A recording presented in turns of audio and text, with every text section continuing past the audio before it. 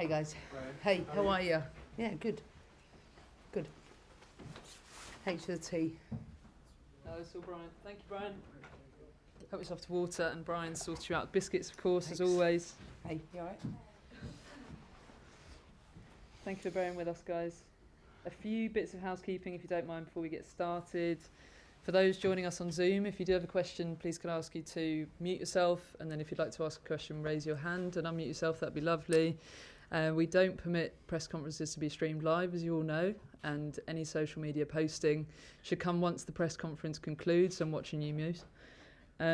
We'll start with the broadcast section, please, and then we'll move on to a written section, which is embargoed until 10:30 tonight.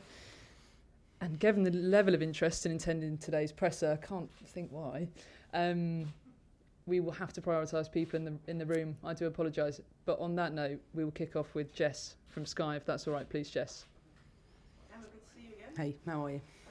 Very well, thank you. Shock news last week. Why are you leaving Chelsea? Listen, I've been in post for 12 years and I've dedicated my life to this place. I drive 4 hours every day, 6 days a week for 12 years. And I have a 5-year-old that needs more of his mummy, for sure. That's important. Family matters. And I think I've dedicated as much as I possibly can to this football club. I've loved every minute of it. And I think it's really important that, if possible, let's create a succession plan for me, much like Paul and I do with the players. So the time is right, and I will work with the club in the succession plan and do everything I can to make sure there is as good a transition as possible so that my successor can equally have the same level of success I have. So I hear your answer there about better work-life balance. There has been reports in the press that perhaps new contract negotiations weren't going as planned or weren't being prioritised by the club. Did that have any impact on your decision? I think it's fair to say you've all worked with me over many years. I believe in private conversations, so of course I'm disappointed to hear things being said in the press. But I want to make sure that I maintain my own professionalism in everything I do. I have a team to focus on. I've got games to win.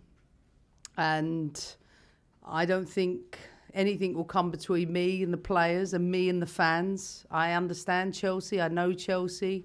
This is my club. It will always be my club. And while I am sad on many, many levels, I've always said to the fans, there'll come that moment when I'm sat with them in the crowd. And I look forward to that come the end of the season. For now, the focus is, as always, on the game. And I'm not lying. We had the most unbelievable training session today. It was really, really top level from everyone. And the players are committed with me to make sure we ensure our position. Do you feel like you still felt valued by the club? You've spoken about how much time you've dedicated, how much you've achieved. You've won pretty much every trophy there was to win. Did the club value your contribution, do you feel?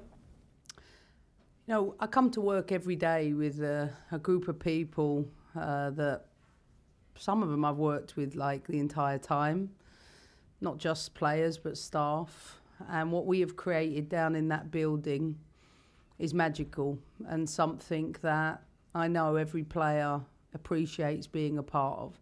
As far as I'm concerned, the people I have worked with in that period have made me feel the best coach I can feel, though that's not always easy when you drop players or, you know, they're not playing week in, week out.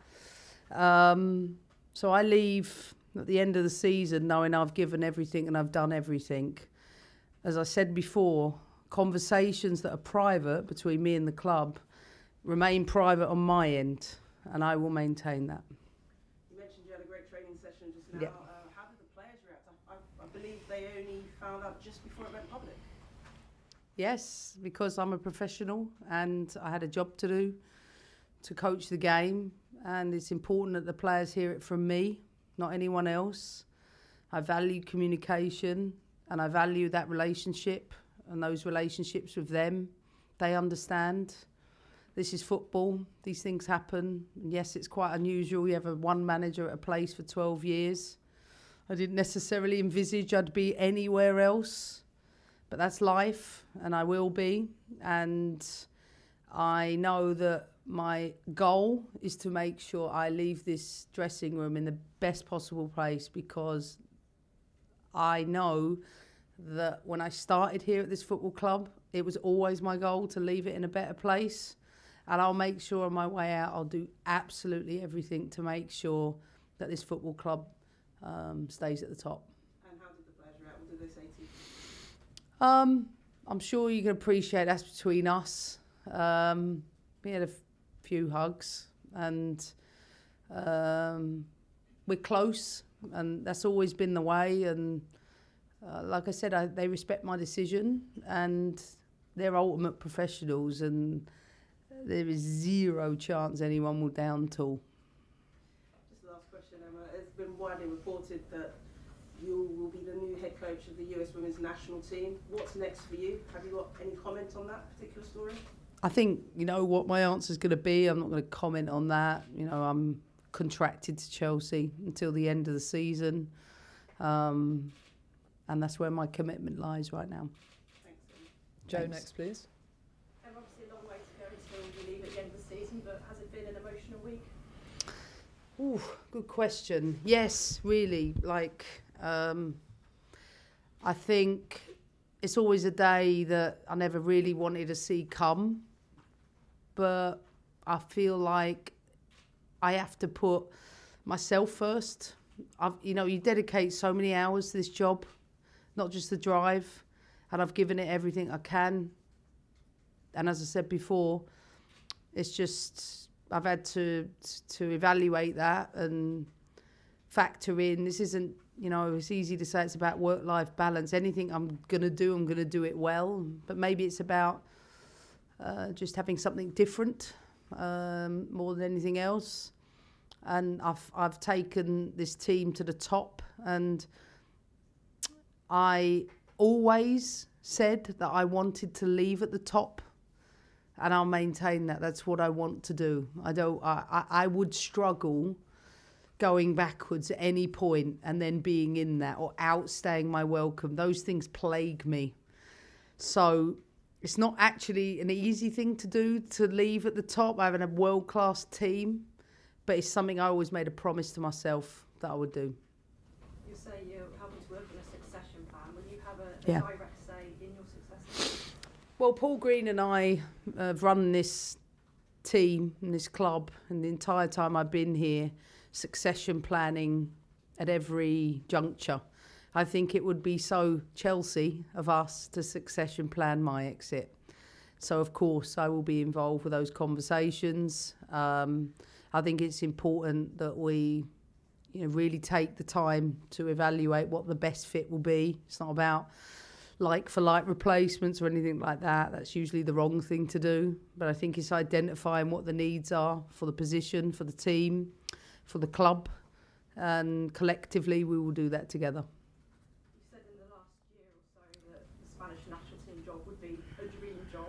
Is a national team job something that excites you?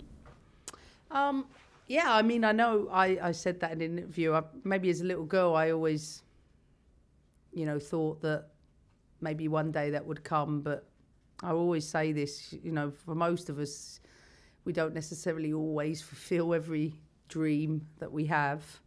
So while, that, I think I probably would say that might always be an ambition of mine to do that. I think I'm just at the point where I have to consider something else, and that's the position I'm in right now. I don't, contemplate anything more than taking these decisions.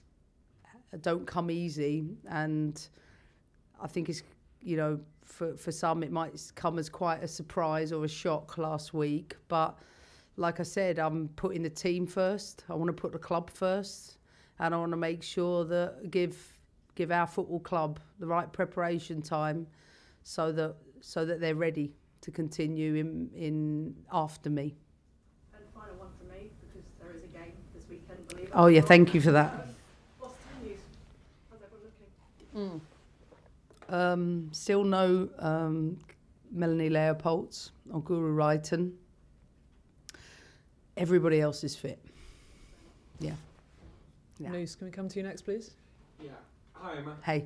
You just mentioned there a phrase, you didn't want to stay here outstaying your welcome.